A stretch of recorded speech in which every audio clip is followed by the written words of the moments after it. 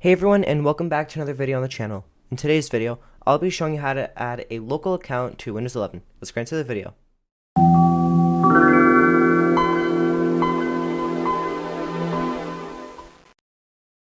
So the first thing you want to do is click the search icon or the Windows icon and type add, edit, or remove other users, and then the best match, hit enter or click the option,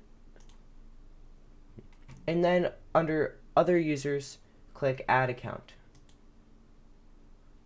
A window should pop up, and we're going to select I don't have this person's sign-in information. And then we're going to select add a user without a Microsoft account.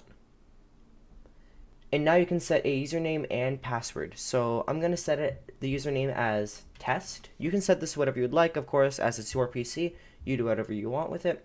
I'm not going to add a password, but I'm just going to hit enter. And there we go. We've added a new account. To sign into that account, you can just log out by clicking the start button, your username, then click sign out. And then you can click test and sign in. And then you'll be taken to this screen. You'll need to wait a little bit. It shouldn't take too long at all for it to finish creating your account. But that's all you need to do when you create a new account. So, thanks for watching. I hope this video helped you out. If it did, please make sure to subscribe to the channel, like our videos, and comment down below what you thought on this video. Thanks for watching and hope you have a great day.